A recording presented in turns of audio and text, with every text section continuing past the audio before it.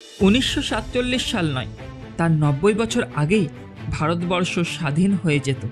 1857 সালে এক জোরালো বিদ্রোহ শুরু হয়ে পড়েছিল, যার জন্য ইংরেজদের রাতের ঘুম হারাম হয়ে গিয়েছিল। আর এই বিদ্রোহের সূচনা করেছিলেন ব্রিটিশ সেনাবাহিনীতে থাকা এক ভারতীয় ব্যক্তি, নাম মঙ্গল পাণ্ডে। এক মিনিট, যদি এই আন্দোলন বা বিদ্রোহ এতটাই জোরালো ছিল, তাহলে কি এমন হলো যার জন্য ভারতবর্ষ স্বাধীন হতে আরও 90 বছর পিছিয়ে গেল?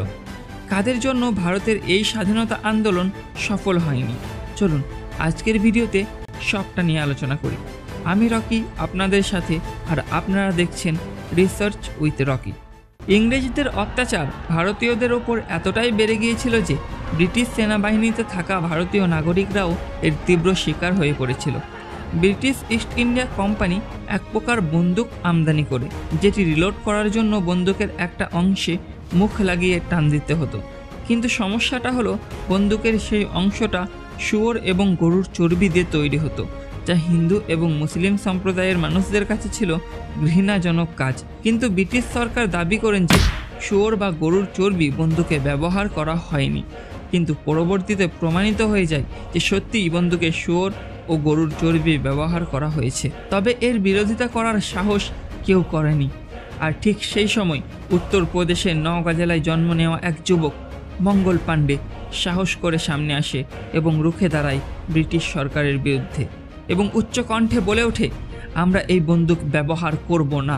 প্রথমে তার সাথে খুব কম সংখ্যক মানুষ এগিয়ে আসে, কারণ ব্রিটিশ সরকারের ভয় ভারতীয়দের মনে এমনভাবে দেবে গিয়েছিল যে কেউ ব্রিটিশদের বিরুদ্ধে একটাও শব্দ করতে পারত না। এতটাই নির্মম অত্যাচার চালিয়েছিল ওই সাদা চামড়ার মানুষগুলো। তবে ধীরে ধীরে মঙ্গল পাণ্ডের সাথে লোক যোগ দিতে শুরু করে এবং এক আন্দোলনের সূচনা হয়। 1857 সালে 29শে মার্চ ব্যারাকপুরের মাঠে ব্রিটিশ স্যার হিউজ ও ব্রাউনের দিকে মঙ্গল পাণ্ডে তাক করে গুলি ছোড়ে।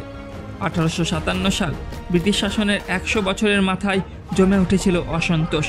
মার্চ মাসের সেই বিদ্রোহ ছিল আগামীর ঝড়ের ইঙ্গিত। মঙ্গল পাণ্ডের গুলি যেন এক বজ্রধ্বনি হয়ে জানিয়ে দিল, ভারত আর ঘুমিয়ে নেই। এই সেনা ছাউনি ছিল ব্রিটিশদের অন্যতম শক্ত ঘাঁটি। সেখানেই দাঁড়িয়ে এক সৈনিক একাই সাহস দেখালো পুরো সাম্রাজ্যের বিরুদ্ধে। তার হাতে ছিল বন্দুক, মনে ছিল আগুন। ব্রিটিশরা শুধু আমাদের দেশ নয়, ভেঙে দিচ্ছিল আমাদের আত্মসম্মান। ধর্মে আঘাত, মজুরি বৈষম্য, অবজ্ঞা, এই সব কিছুতে জমে উঠেছিল ঘৃণা। মঙ্গল পাণ্ডে ছিল সেই প্রতিধ্বনি যে বলেছিল, এখনই সময়। তার বিদ্রোহ ছিল সেই গোপন আগুন যা ছড়িয়ে পড়েছিল মেরঠ থেকে দিল্লির সুলতান, কানপুর থেকে ঝাঁসি। যখন একজন সৈনিক দাঁড়ায় সাম্রাজ্যের বিরুদ্ধে, তখন সে কেবল একা নয়, তার সাহস যেন ছড়িয়ে পড়ে হাজারো হৃদয়ে।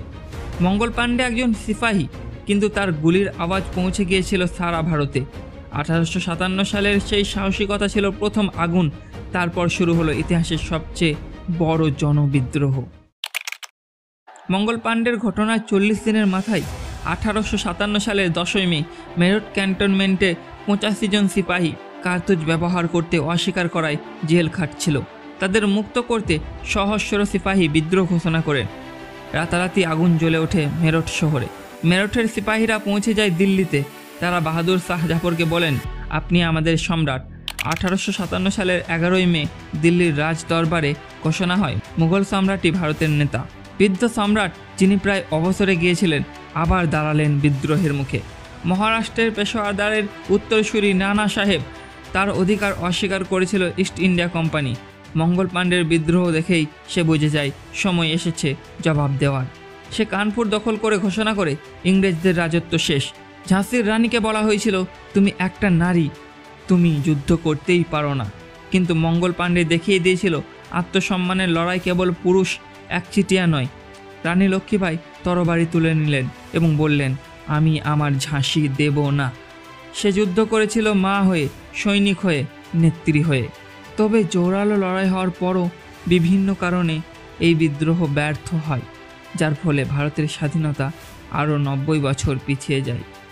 ব্যর্থতার কারণগুলি হলো, বিদ্রোহে কোনো ঐক্যবদ্ধতা ছিল না, প্রত্যেকে নিজের নিজের পক্ষ থেকে লড়াই করেছেন। অর্থের দুর্বলতাও ছিল এবং ছিল বিশ্বাসঘাতকতা। তবে মঙ্গল পাণ্ডের একটি গুলি কেবল একটি অফিসারকে বিদ্ধ করেনি, তা ছিল সাম্রাজ্যের বুকে প্রথম ছড়া রক্তের ইঙ্গিত।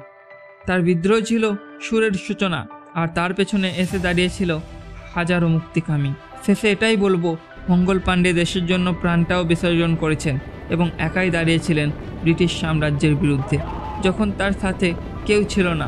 তাই স্যার মঙ্গল পাণ্ডে, আমরা ভারতবাসীরা আপনার প্রতি চিরকালই কৃতজ্ঞ থাকব এবং এইটাই চাইব আপনি যেখানেই থাকুন ভালো থাকুন।